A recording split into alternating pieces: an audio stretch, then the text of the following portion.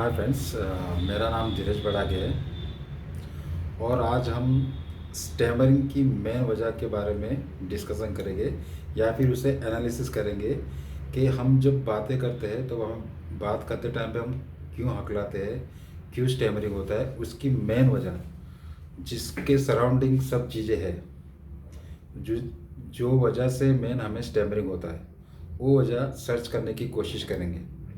उस उसका रीज़न ये है कि जब तक हमें पता नहीं चलेगा, जब तक हमें ये चीज़ मालूम नहीं होगी कि हमें स्टैमरिंग एग्जैक्टली होता क्यों है, तो हमें उसका ओवरकम करने के लिए हम दूसरा कोई भी एक्शन नहीं उठा सकते जब तक हमें पता ही नहीं है कि हमें एग्जैक्टली ये होता क्यों है, स्टैमरिंग होती कैसे है। क्योंकि आपने आज तक सुना होगा, मैंने भी सुना है, आपने सुना है कि हमें जब बात करते हैं, हम जब बात करते वक्त स्टैमरिंग हो जाता है तब हम टेंशन में आ जाते हैं। कोई बोलता है कि आप अपनी सांस रुक जाती है, फिर कभी अपने को आता है कि हम बहुत ही ज़्यादा शाई किस्म के लोग हैं, या तो फिर हमें ये पता चलता है कि हमारा वोकल कॉर्ड सही नहीं चलता है, या तो फिर हमें ये पता चलता है कि हमारी ज़ुबान अच्छी तरह से अपने शब्दों को बोल नहीं सकती, यानी कि उसके फाउंडेशन करेक्ट नहीं लगते। तो फ्रेंड, इसमें से कौन सी वजह सही हो सकती है जिसकी वजह से हमें स्टैमरिंग होता है? तो हम एक एक वजह को लेंगे और फिर उसे एक एक को अलग करेंगे और फिर अपन फाइनल कोई डिसीजन पे आएंगे कि हमें एग्जैक्टली कौन से चीज़ पे ज़्यादा काम करना है, कौन से पैटर्न पे या कौन से वर्क पे ज़्यादा फोकस करना है कि जिसकी वजह से हमारा स्टैमरिंग दूर हो। तो पहले तो हम आते हैं ब्रीदिंग पे। बहुत से लोगों ने कहा है और हमें खुद को भी ये रियलाइज़ होता है कि हमें जब भी स्टैमरिंग होता है, हम जब भी हकलाते हैं तब हमारा सांस फूल जाता है, हमें सांस लेने में दिक्कत होती है और हम स्टक हो जाते हैं, स्टैमर हो जाते हैं। तो इसका मतलब ये हो गया कि हमें सांस लेने की कोई दिक्कत है जिस वजह से स्टैमरिंग हो रहा है। और दूसरा हम जानना चाहेंगे तो लोग और हम लोग ये भी सोचते हैं कि हमारे वोकल कॉर्ड में एयर नहीं जा रही है, या तो फिर अपना वोकल कॉर्ड सही तरीके से नहीं चलता है।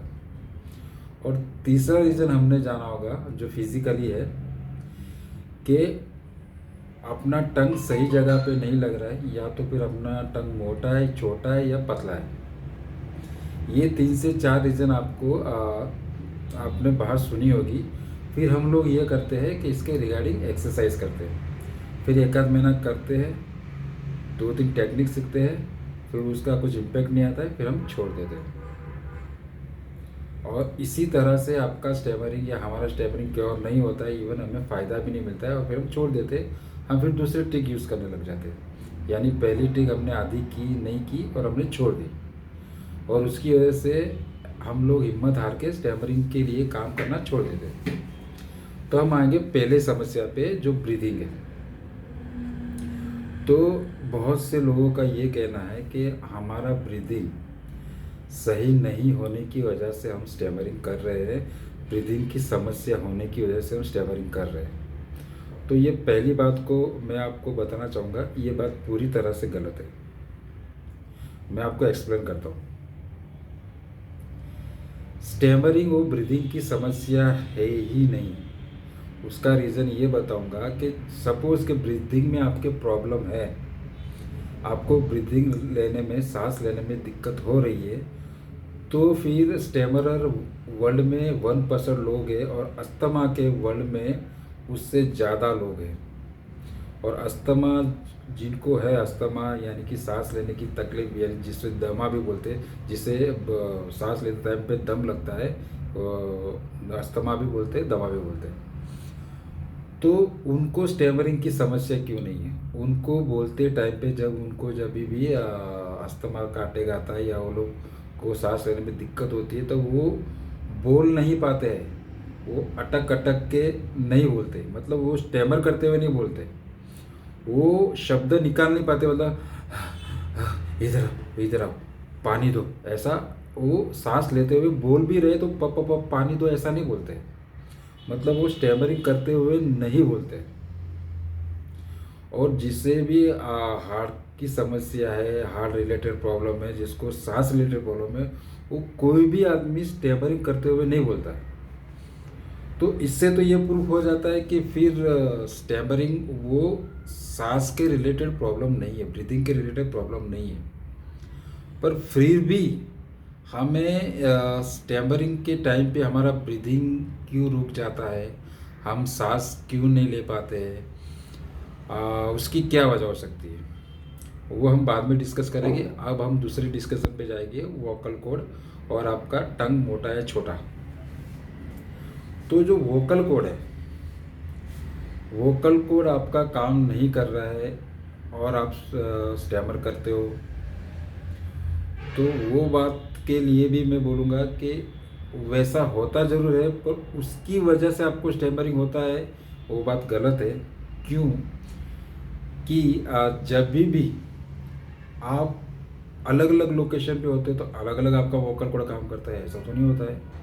यानी एक जगह पे ऐसा होता है कि आप स्टैमरिंग करते हो, आपका वोकल कॉर्ड नहीं चलता है, और एक जगह पे आप स्टैमरिंग नहीं करते हो, तो फिर आपके वोकल कॉर्ड में कहाँ से प्रॉब्लम आ गई। जब आप एक जगह पे अपनी बातें अच्छी तरह से रख पा रहे हो, अच्छी तरह से लोगों से बात कर पा रहे हो, और एक जगह पे जहाँ पे आप टेंशन में होते हो, प्रेशराइज सिचुएशन में होते हो, या आपसे सुपीरियर बंदे के सामने होते हो, या अननोन पर्सन के सामने होते हो,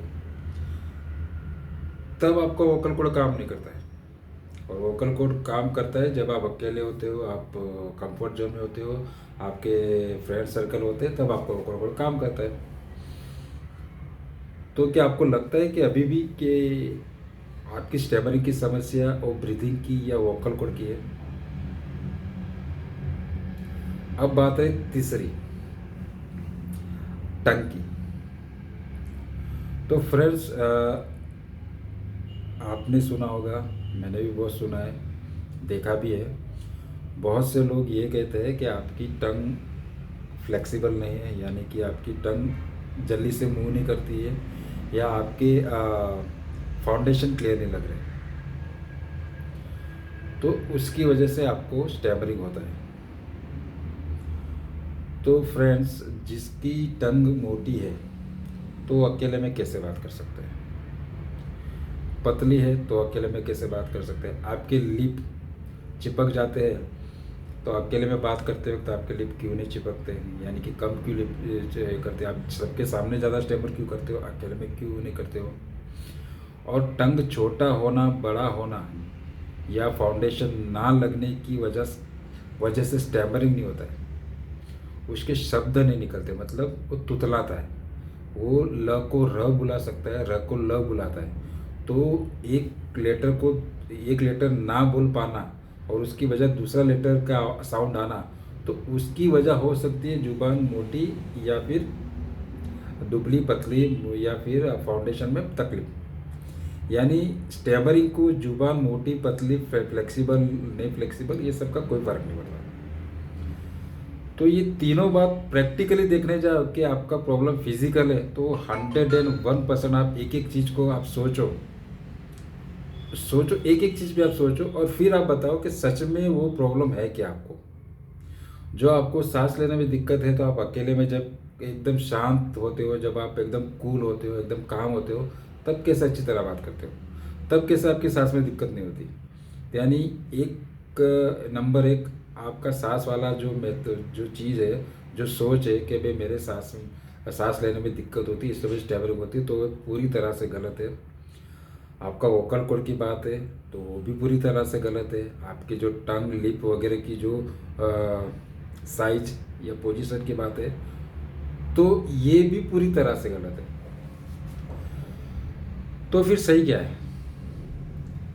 पर आप देखोगे स्टैमरिंग करते टाइम पे, तो आपको प्रॉब्लम तो वही दिखती है कि आपको सांस लेने में दिक्कत आती है, फिर आप डर जाते हो, आप घबरा जाते हो, आपके थॉट आते हैं, आपकी ज़ुबान सही जगह पे नहीं लगती, आपकी ज़ुबान बीच में वाइब्रेट करने लग जाती है, मतलब सही जगह पे नहीं लगती है, आपके लिप चिपक जाते हैं।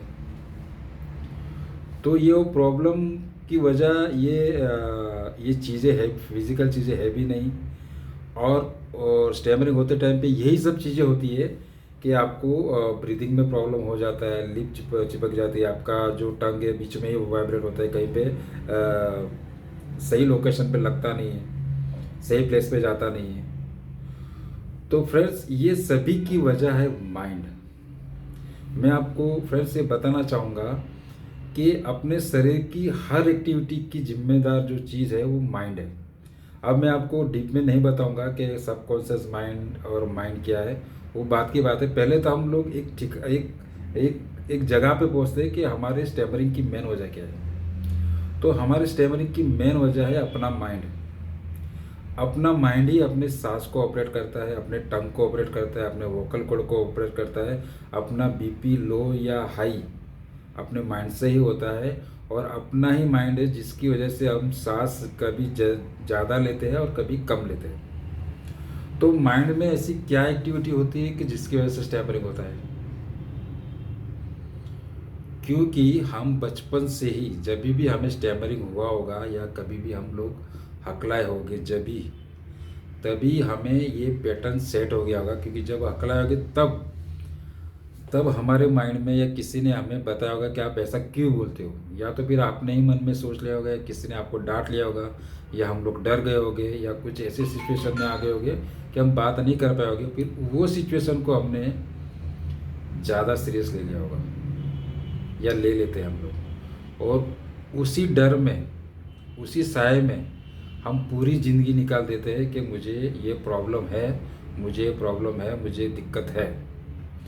तो ये सोच सोच के पूरी ज़िंदगी में अपन ने एक पैटर्न बना लिया है माइंड से। यानी ये माइंड का रोग है। मैं आपको अभी भी बता रहा हूँ, ये माइंड के अंदर एक पैटर्न सेट हो गया है कि जब भी हम प्रेशर सिचुएशन में होंगे, जब भी हमारे सामने अपने से बड़ा या अपने से सुपीरियर व्यक्ति होगा, या कोई अननोन व्यक्ति के सामने जब भी आपको बात करना होगा, तब आप स्टैमर करने लगोगे। तब वैसा पैटर्न उस टाइम से, आज से 10-20 साल पहले जब भी आपको स्टैमरिंग हुआ होगा, तब से अभी तक आपका वो पैटर्न चला आ रहा है। आपके माइंड में ऑलरेडी एक कैसेट बज रही है कि भाई आप ये सिचुएशन में ऐसी ही बात करते हो। तो फिर आदमी डरने के बाद या प्रेशर सिचुएशन होने के बाद क्या होता है, उसकी सांस रुक जाती है, सांस अच्छी तरह से नहीं ले पाता है, या तो सांस लेता है तो आधी सांस लेता है, चेस्ट तक ही उसकी सांस लेता है, सांसों की स्पीड बढ़ जाती है। इसका मतलब आप अच्छी तरह से सांस नहीं ले पाते हो, और उसकी वजह से आपका वोकल कॉर्ड भी सही नहीं चलता है, और आपके टेंशन और प्रेशर की वजह से आपकी टंग भी सही जगह पे नहीं लगती। इसका मतलब वो जो तीनों जो मैंने आपको बताया था, ब्रीदिंग, टंग और जो वोकल, वो सब चीज़ है ना, वो एक प्रेशराइज सिचुएशन की वजह से, आपके माइंड में एक पैटर्न की वजह से आपको या मुझे स्टैमरिंग इतने टाइम तक होता है। तो फ्रेंड्स अभी आप ये तो समझ गए होंगे कि ये पूरी स्टैमरिंग की वजह, उसकी जड़ है माइंड। अब हमें क्या करना चाहिए, हमें कौन सी मेथड अपनानी चाहिए कि जिसकी वजह से हम अपना स्टैमरिंग जल्दी से जल्दी क्योर कर लें। तो फ्रेंड्स ये वीडियो में मैंने आपको तो पहले एक डायरेक्शन तक ले जाने की कोशिश किया है कि आपको सिर्फ सोचना, देखो जब आप स्टैमरिंग के बारे में सोच रहे हो, स्टैमरिंग क्योर करने के बारे में सोच रहे हो, तो पहले तो आपको उसकी मेन वजह तक जाना ज़रूरी है, और जब आप उसकी मेन वजह तक गए उसके बाद उसका सॉल्यूशन आता है। तो फ्रेंड्स इसके सॉल्यूशन के बारे में मैं एक नेक्स्ट वीडियो बनाऊंगा। पहले तो मैं आपको ये बता चुका हूँ, या शायद आप समझ भी गए होंगे कि आपने बहुत सी चीज़ मन ही मन में सोची या कहीं से जानी है कि हमारे स्टैमरिंग की वजह हमारा ब्रीदिंग, हमारा टंग और हमारा वोकल कॉर्ड, ये बहुत सी चीज़ें जिसकी वजह से हमें स्टैमरिंग होता है। पर हालांकि ऐसा कुछ नहीं है, और उसकी मेन वजह आपके दिमाग में है, और दिमाग से ये सब चीज़ें ऑपरेट हो रही है। तो आपको रीसेट करना है, आपको सेट करना है, आपको पैटर्न सेट करना है, आपको आपके दिमाग को सेट करना है, या आपको दिमाग को मैसेज देना है कि आपको अभी विदाउट स्टैमरिंग जीना है। तो उस रिलेटेड आपको माइंड को टैकल करते सीखना है, जिसकी वजह से माइंड को जब आप टैकल करोगे, आप जब आपका मोरल आएगा, आप पॉजिटिव हो जाओगे, जब आप नेगेटिव नहीं सोचोगे, जब आप अब बोलते टाइम पे डरोगे नहीं, अदर व्यक्ति के सामने बात करते टाइम पे टेंशन में नहीं आओगे, आप शाई फील नहीं करोगे, तो ऑटोमेटिकली आपका वोकल कॉर्ड से लेके आपका ब्रीदिंग से लेके आपका टंग वगैरह सब सही चलने लगेगा। तो यानी आपको एक मेन जगह पे आपको फोकस करके उसके रिलेटेड एक्टिविटी, उसके रिलेटेड टेक्निक यूज़ करना है, या उसके लिए एक नया पैटर्न सेट करना है जिसकी वजह से ये सब चीज़ें ऑटोमेटिकली हैंडल हो जाए और आप अच्छी तरह से बात करने लगें। तो फ्रेंड्स, मैंने इस वीडियो में आपको ये समझाने का प्रयत्न किया है कि आपके हर समस्या, स्टैमरिंग रिलेटेड हर समस्या का इलाज आपका माइंड ही है, और स्टैमरिंग होने की वजह भी आपका माइंड है। तो जब स्टैमरिंग होने की वजह आपका माइंड है, तो आपको इलाज भी वहाँ ही, उसी डायरेक्शन में, वहाँ पे ही ढूंढना पड़ेगा जिसकी वजह से आपको स्टैमरिंग ओवरकम करने में फ़ायदा हो जाए। तो फ्रेंड्स, मेरा नेक्स्ट वीडियो देखिए जिसमें मैं आपको अभी माइंड रिलेटेड आगे क्या क्या हो सकता है, हम क्या क्या कर सकते हैं, वो सब चीज़ें मैं आपको समझाऊंगा, या फिर माइंड रिलेटेड टेक्निक बताऊंगा कि जिसकी वजह से आप स्टैमरिंग जल्दी से जल्दी ओवरकम कर पाएँ। Thank you friends.